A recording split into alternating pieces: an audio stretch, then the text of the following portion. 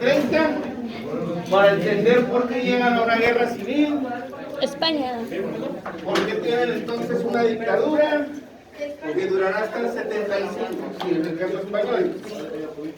Entonces, de lo que ustedes ya revisaron, es el contexto que se vive en España durante la década del 20 al 30, en cuanto al tipo de gobierno. ¿Por qué tenemos una dictadura? ¿Dictadura de quién, Maduro? Es correcto, pero desarrollo. O quitamos el nombre de manera temporal. En sí, esa dictadura, ¿cómo llega? Ahorita nos enfocamos en el nombre, no se preocupe. Sí, esa dictadura de la que usted me habla, ¿cómo llega ahí? Era porque estábamos bajo el cargo de alguien más, no sé, no lo leí muy bien, me perdí más o menos en el texto. Primo de Rivera, sí. Miguel Primo de Rivera. Era el primo de Rivera, pasa y pasa. Fernández. Esa fue la dictadura de Franco. No, vamos a la primera dictadura.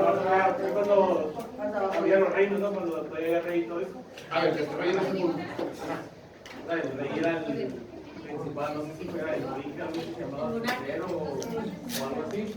Pues, quería tener control de todo y quería, pues, no sé, tener poder, ¿no? Como reyes, Hágate atrás. como controló la dictadura, ¿no? Sí. No la de Franco, la otra, la del Primo de Rivera. La de Franco cuando la crisis económica de España, y el ejército se salió y digo,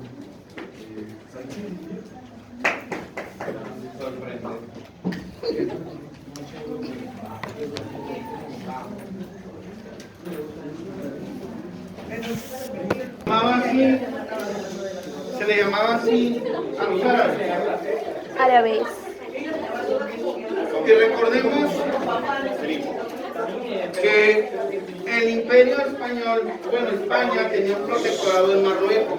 Que ahí es que se refieren a ellos como los moros, por la presencia que tenían ellos en Marruecos y el conflicto que existía ahí, ya que este grupo trataba de expulsar a los españoles. Entonces, por eso también hay una guerra en Marruecos que el rey Alfonso XIII no ha podido finiquitar.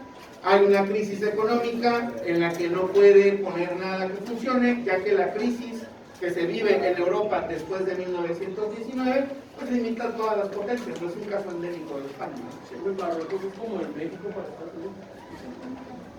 No forzosamente.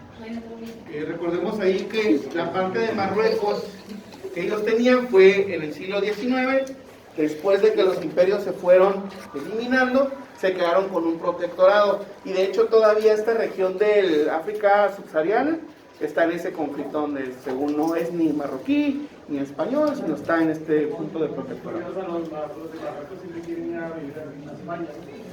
Bueno, algunos migran para allá, pero porque tienen esa historia de que fueron colonia y pues ven esa oportunidad, es que es más fácil llegar para allá, así como los senegaleses en Francia, o los escoceses que se mueven libremente de ahí. Bien, volviendo a este punto. El rey no puede solucionar el problema que se está viviendo en España. Para 1921, perdiendo el apoyo del ejército y ante el miedo de un golpe de estado y que las cosas se compliquen, porque de hecho se empieza a dar, termina por abdicar al trono y cederle el gobierno a Miguel Primo de Rivera, un militar que va a tener una dictadura que durará casi unos 8 años aproximadamente. Esta dictadura, a diferencia de lo que muchos pudiéramos pensar por sentido común, sí se puso a hacer cosas y dio algunos resultados. ¿Como cuáles? Se acabó la guerra. Ese es uno.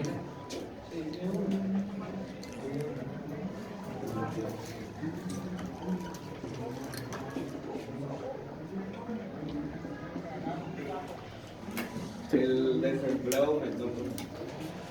Pero esto al final. ¿No cuenta? Sí, nada más lo estamos poniendo así en orden. 1, 2 y 3. Dijo Villas Ferrer,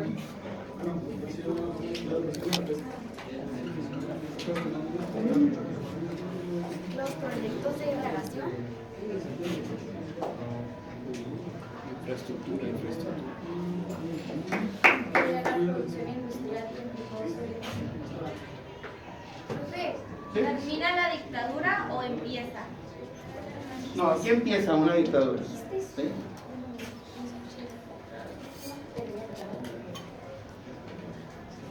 ¿Algo más? Sí.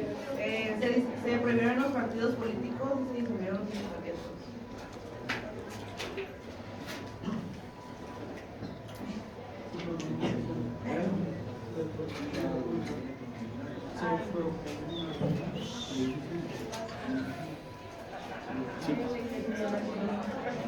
¿Perdón?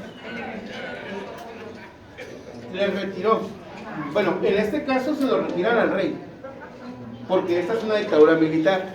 Aquí sí tienen respaldo. De hecho, aquí el ejército se beneficia de que está Miguel Primo de Rivera. Nada más es para aterrizar esa idea. Sí, vaya. Se reprogramó la República. ¿Vale? Se reprogramó la República. Hasta el final, pero sí vamos a señalarlo ahí.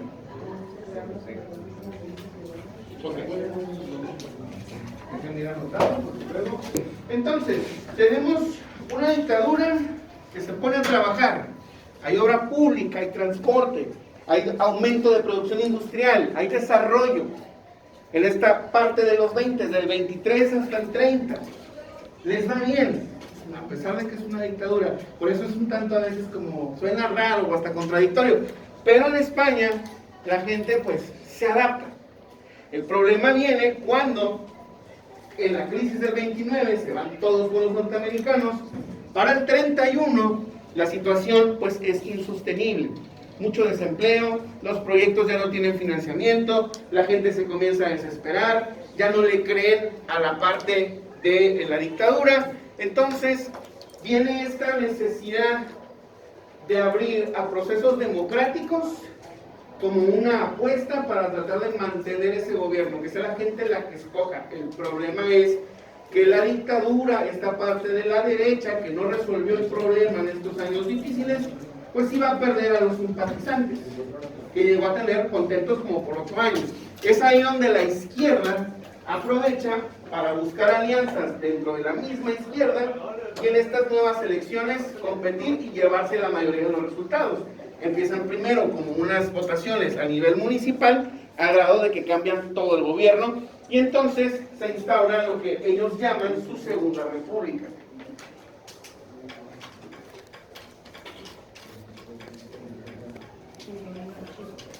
Aquí yo pregunto, de manera aleatoria, yo sé que todos leyeron. Macías, ¿podemos decir que había una izquierda, solo una izquierda en España? ¿Por qué no? Porque había alguien más aparte de ellos que metían como cizaña, que no estaban solo ellos al mando de gente de café. ¿Alguien quiere intervenir con esa misma pregunta? Tenemos solo una izquierda, ¿es la izquierda española o son las izquierdas españolas? ¿Por qué las? La de los sindicatos y la otra, ¿no? La de los obreros, que eran clientes. ¿Apaga? Estaban también los anarquistas, que eran oposiciones internas del país. Muy bien. Aquí lo que tenemos que decir. Yo tengo una duda, nunca me ha quedado bien claro qué es lo de izquierda y derecha. Ok. Lo de izquierda y derecha viene desde los tiempos de la Revolución Francesa, cuando se reunieron en este templo de los jacobinos y demás para decidir qué hacían con el gobierno. Los que apoyaban a que el gobierno se quedara igual, que no se le cambiara nada y tratar nada más de derrotar personal, estaban sentados a la derecha de la sala. Por lo que se empezó a asociar a la derecha con los grupos conservadores y que tratan de no modificar el gobierno que ya existe, donde tratan de mantener sus privilegios. Los que estaban sentados en la izquierda eran los más radicales y estaban a favor de que se reformara todo. Por eso cuando hablamos de un político que está hablando de cambiar el gobierno, de que sea más abierto, de que se quiten privilegios, o algunas otras posturas extremistas, se les llama de izquierda, ¿sí? Entonces, en este punto hay que entender que en España hay muchas izquierdas, comunistas, socialistas moderados, anarquistas, sindicalistas. Todos tienen algo diferente, pero al final de cuentas tienen un enemigo en común, que es la dictadura del ejército, que es un gobierno conservador, es de derecha, porque es católico, porque mantienen privilegios para las familias importantes, porque creen en el capitalismo para salir adelante, aunque no les dé resultados. Mientras que todos estos grupos están a favor de que tengan un gobierno democrático, que represente realmente a la gente y que se está apostando por cambios importantes para que la gente pueda vivir mejor. ¿Qué es lo que va a permitir que la izquierda funcione o que gane en este primer proceso? Que se van a aliar. Pero en estas alianzas vamos a ver que va a haber muchos temas en la agenda. Dentro de las alianzas hay un grupo que es un grupo separatista, que son los catalanes. Estos que todavía siguen en este pleito de separar la región de Cataluña y mantenerla como un gobierno autónomo bajo sus usos y costumbres, su historia y su lenguaje, así como también más adelante con los vascos, ¿no? Entonces es un pleito que sigue ahí. Van a aliarse temporalmente con la izquierda o con las otras izquierdas para ganar todos en conjunto y que cada quien empiece a tener lo que necesita. Por eso es que les va bien en esta elección. ¿Hasta ahí vamos bien? Entonces, ¿qué sucede? Ganan. Y entonces con ese triunfo iniciamos una etapa que en España se le conoce como el bienio reformista, que va de 1931 a 1933. En su texto sí lo explica, no lo menciona así textual, que dice que es el bienio reformista, pero sí les dice cuáles son los cambios que hace esta república. ¿Qué cambios hicieron? Porque molestaron a mucha gente. Retiró más autonomía de Cataluña, ¿qué no? ¿Fue eso? Sí. Eso es uno. Cuando empezaron a sacar a los jesuitas. Cuando Cataluña empieza a tener autonomía, sacaron a los jesuitas y hacen una cosa. Ok. Hay 4 reformas importantes. Aquí cuando uno ya nos dio 2. Hay otras 2. ¿La educación religiosa? Entraría en esta misma, ahorita vamos a desarrollarlo. ¿Por qué? Sí. La reforma militar, la reforma de descentralización y educativa, política laica.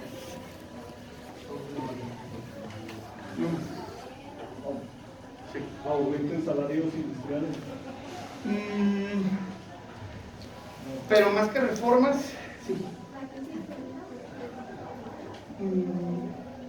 No, eso todavía nos falta poquito. Eso es después del bienio reformista. Sí. Política educativa. Ya va integrada acá, sí. No, ya los adelantamos. Legislación laboral. Leyes sociales. ¿La disolución de otros órdenes? Ahí va. Entonces,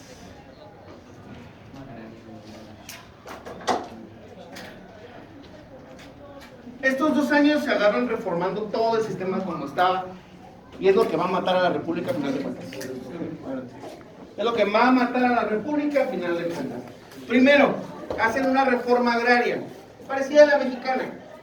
¿Qué es lo que pasa con esta reforma? Van a expropiar los bienes de los terratenientes.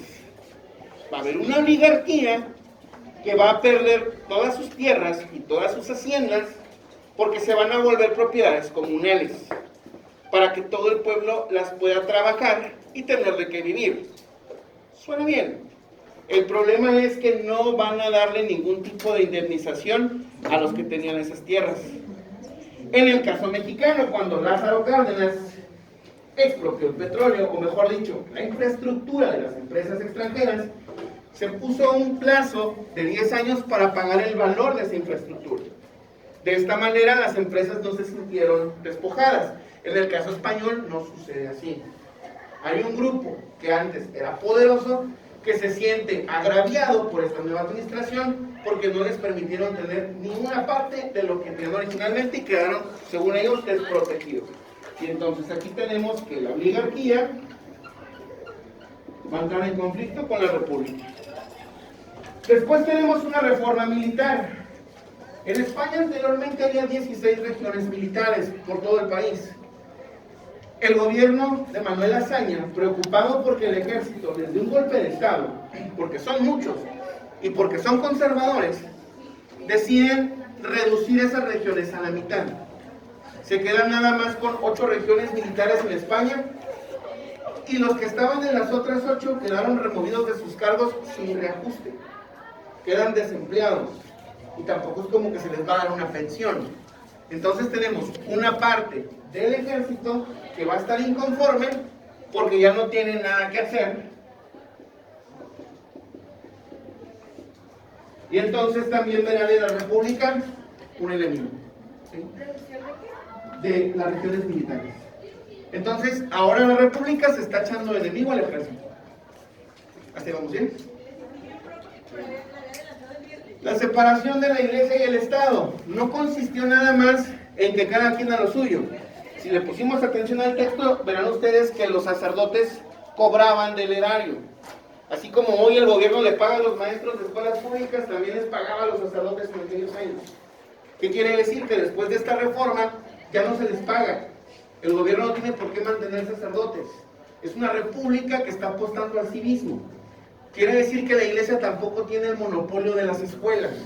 Las escuelas pasan a ser escuelas públicas. Se cambia la materia de religión por la cívica y la ética, o el civismo. Entonces, con esto, también tenemos al sector eclesiástico en contra de la república. ¿Qué tienen en común estas tres?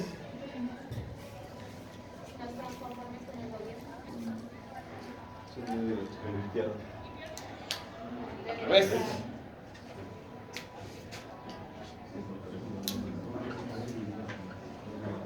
las tres son grupos de derecha. ¿Qué tienen en común?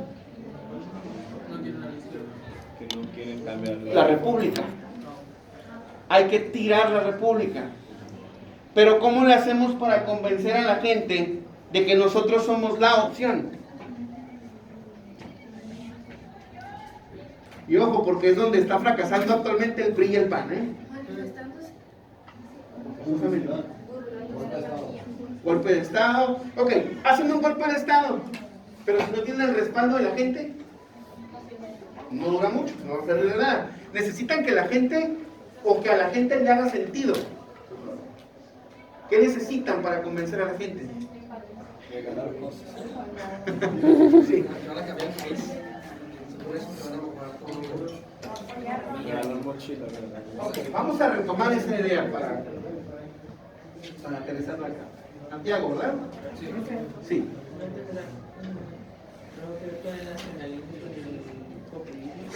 Muy bien. Esa es.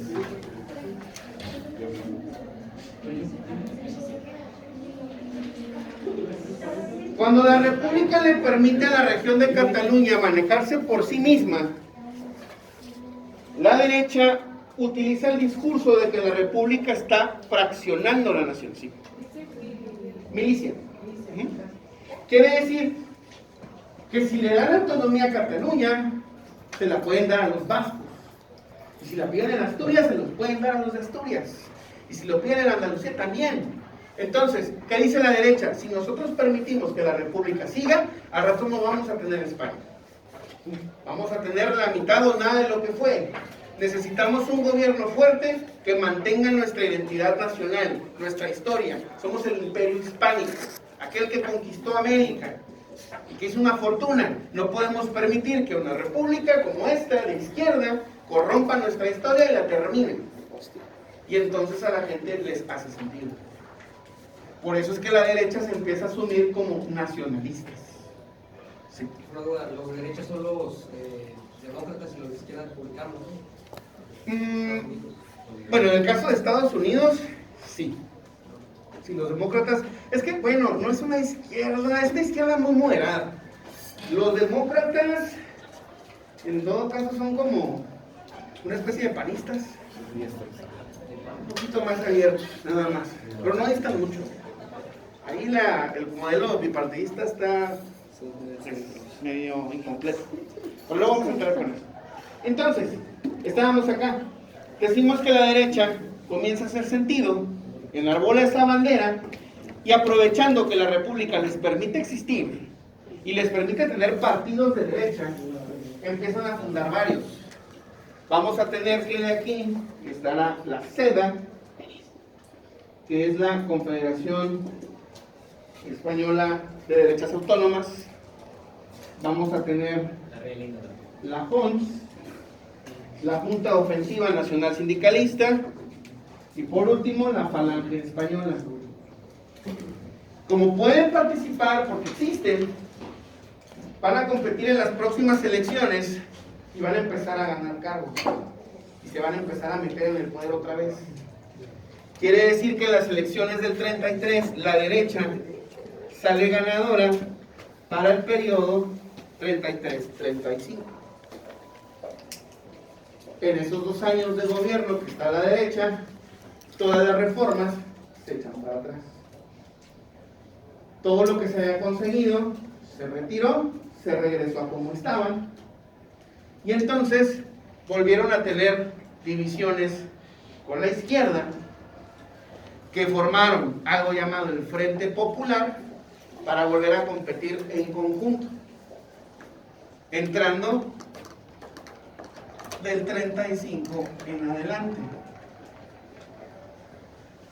Parece confuso porque es mucho y también llegamos a la guerra civil.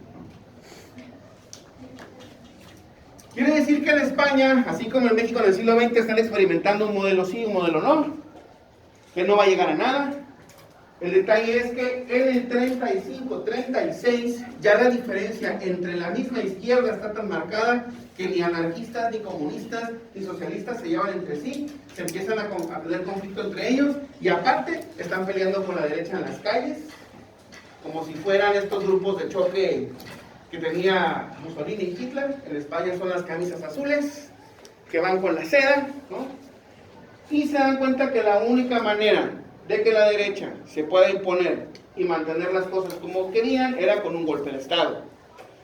Golpe de Estado que va a terminar por obra mística dirigiendo Francisco Franco.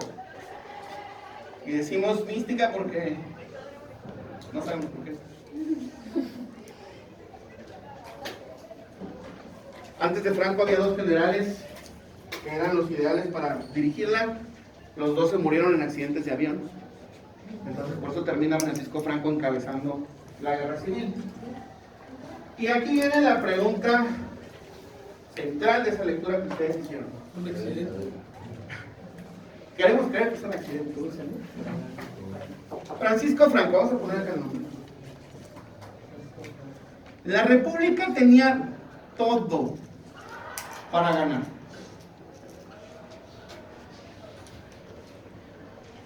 ¿Por qué perdió? ¿Cómo es que Franco y el ejército lograron imponerse? ¿Qué jugó a su favor?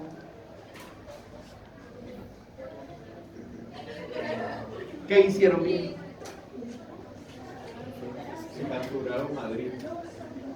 Para poder capturar Madrid, así como así, ¿lo hicieron solos? Con la ayuda de Italia y Alemania, ¿no? Muy bien. ¿Por qué Italia y Alemania se metieron del lado de Franco? ¿Qué dice González? Muy bien, a ver, ahí está. Porque era compartir finalidad. Sí, compartir como el modelo nacionalista, ¿no? Para diferentes tipos de modelos. Y por, creo que acceso al país también. ¿Ok? Para ganar eso. ¿Quieres decir algo? ¿Quién ayudó a la República entonces? Rusia. Rusia, pero No, pero Francia no. ¿Vale? Se rehusaron a intervenir. Estamos hablando de las claves de que ganara Franco. ¿De qué? ¿Para qué? Franco. salieron a servir fue para que El auxilio de Francia. Ya me dijeron que hay una alianza con Alemania e Italia, ¿sí? Porque los dos eran, bueno, los tres eran totalitarios y fascistas. Ya me dijeron también que a la República solo la apoya la URSS. Sí.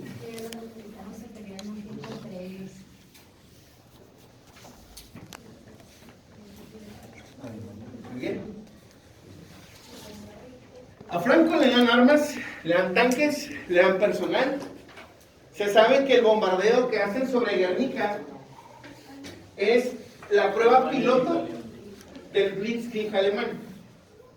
Ahí es donde lo ponen a prueba.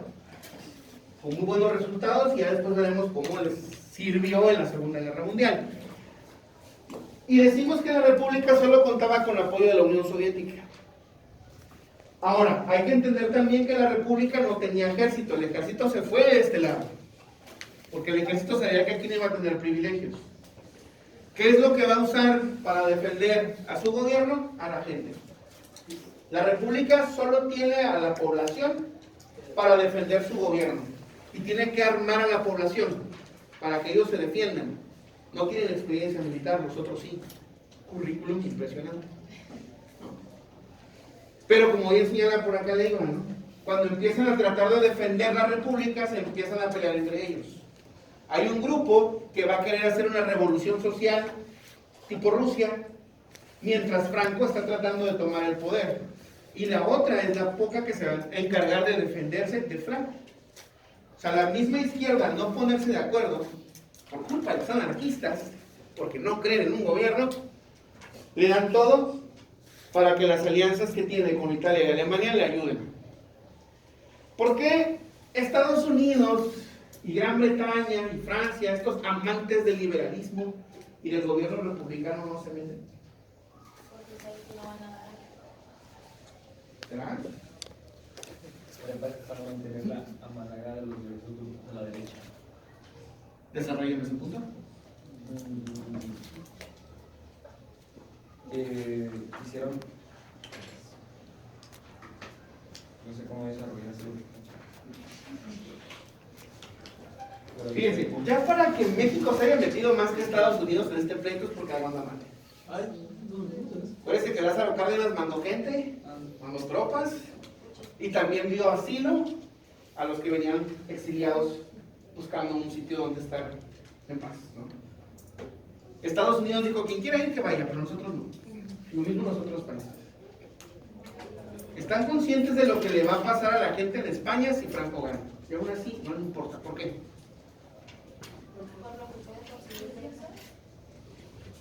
¿Será? No sé.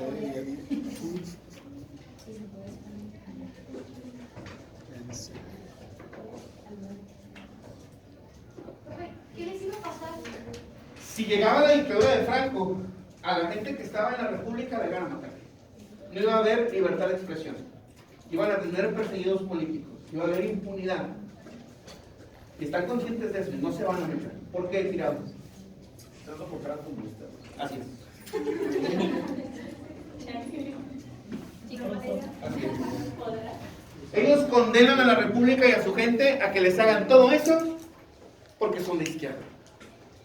Y primero que los maten antes de que estos países apoyen un gobierno de ideología que se parece a la soviética. Por eso son los únicos que se meten. Cárdenas era socialista, por eso se meten. ¿Y qué pasa con la República? Que en el 39 fracasa. Se queda sola. Llega Franco al poder, instaura una dictadura que tiene represión violenta, desaparición forzada, censura, se controla la educación por completo, se trae de vuelta la cuestión católica, ¿no? Son muy conservadores, y entonces empiezan años muy difíciles para la población, que terminarán hasta 1975, cuando Franco se muere. Pero la opinión en España también está dividida, porque hay quienes ven a Franco como un salvador. De hecho, sigue mucha gente simpatizante de la... Así es, de la falange principalmente, porque lo ven como este hombre que mantuvo unido el país y que se necesitaba esa mano dura, ¿no? Fue como el tipo nazi de España, ¿no? Sí, el detalle está en que Franco sabe jugar sus cartas de tal manera que cuando se dé la Segunda Guerra Mundial él no se mete. Por eso tiene el apoyo de... En esta primera parte Alemania lo ayuda a llegar al poder, pero cuando se da la Segunda Guerra Mundial Franco no se mete del lado de los nazis, él se mantiene neutral. De todos los fascistas es el que sabe jugar mejor sus cartas porque cuando acabe la guerra a él no lo van a perseguir. Los Estados Unidos le van a permitir seguir con su dictadura. Él no tuvo nada que ver ahí. Mientras que a los otros ya sabemos cómo acaban, ¿no? Entonces, resultado de este gobierno totalitario, la represión. Por ahí hay una expresión muy popular en España que se decía que estuvieron hasta prohibidos los suecos, ¿no? Por ser muy liberales. España se promueve como un sitio turístico, pero la gente que quiere ir a las playas no puede andar con sus bikinis porque lo consideran inmoral. Entonces el gobierno trata de controlar todo desde ahí. ¿Sí? Y lo mismo que con los otros países. Publicidad, ¿no? Propaganda, pro-Franco. ¿Sí? La gente termina aceptando eso. Los que alcanzan a salir, pues se exilian en estos países, principalmente de Latinoamérica. Y pues desde ahí tratan de sumarle a donde llegan, ¿no? En el caso de México se benefician mucho esos españoles. Algunos ayudan a fundar el Colegio de México, otros aportaron a la cinematografía, al otro tipo de artes, entre otras cosas así. Bien. Entonces, esa es la pregunta central. ¿Vale la pena condenar a la gente a que viva en esas condiciones, nada más para que no gane la otra postura política? ¿Fue el único caso donde lo hicieron? Casos más recientes, bueno, toda Centroamérica, ¿sí? La década de los 80s, 70s, la dictadura de Pinochet, en Chile, es lo mismo, ¿no? También lo vamos a ver, pero el punto es ese. Profesor, porque en el 39 ya empieza Alemania a invadir Varsovia y todo eso, ¿no? Sí, en el 39 ya Alemania en septiembre, es cuando se da la invasión a Polonia y todos conocemos que es el inicio de la Primera Guerra Mundial. Cuando estemos trabajando el tema nos vamos a dar cuenta que no fue así. Había empezado desde el 36, pero se hicieron de la vista gorda, ¿no? Sí. Entonces el gobierno de Franco, el gobierno, un dictador. Es una dictadura, al final de cuentas. Eran así conservadores, seguro todo muy como antes lo que querían quitarnos, pero igual sí podían, sí dejaban que salieran del país. Sí dejaban que salieran del país y todo, pero hacia adentro la política era de mano dura. El ejército es la institución más poderosa, él controla todo, los medios, ellos dan el discurso, pobre del que milite en otro partido, porque entonces sí. Todavía traen su crédito, pero no les han cedido. Es que, acuérdense, que la identidad o el nacionalismo es cuando alguien comparte estos rasgos en común y se sienten parte de un territorio. Los catalanes tienen este arraigo a Cataluña, no se ven como españoles. Por eso han querido separarse, o al menos que se les reconozca ser un gobierno autónomo. Y es que en el caso español no quieren ceder, porque volvemos al mismo caso que aquí. Si les damos esto a unos, los otros igual, y entonces se quedan ellos con menos recursos, con menos... Entonces está lo mismo que cuando estaba Franco. Sí. ¿Alguien más ha levantado algo por ahí? ¿No? Ok. Bien. Les voy a mandar a ustedes, ahorita en unos minutos, el texto de Japón. Ese tenemos que leerlo antes de la próxima clase, que es el miércoles, ¿no? Porque el miércoles vamos a hacer la actividad de la semana. Necesitamos traer leído el texto de Japón, son como 2 páginas, para que nosotros podamos hacer más rápido el ejercicio. Y el día jueves empezamos ya con la Segunda Guerra Mundial. Que ahí pues es el tema que yo sé que a todos les gusta. Y también recordarles que para este jueves, es este jueves 28, ¿verdad? Está la entrega del mapa conceptual. Ya algunos me estuvieron mostrando sus avances. ¿Es viernes? No. ¿Es viernes? 28, ok. Correcto, viernes 28. Ya algunos me mostraron los avances. Ya les he hecho algunas correcciones. Se puede hacer eso en el salón siempre y cuando me lo traigan antes. Por correo no les aseguro mucho porque a veces no los alcanzo a ver. Pero pues aquí en el aula con gusto, o allá afuera si los veo, pues puedo ir revisando, ¿no? Ok. Por eso lo vamos a dejar hasta ahí, 4 minutitos. Que tengan ustedes un excelente inicio de semana. Bueno, vamos a ver.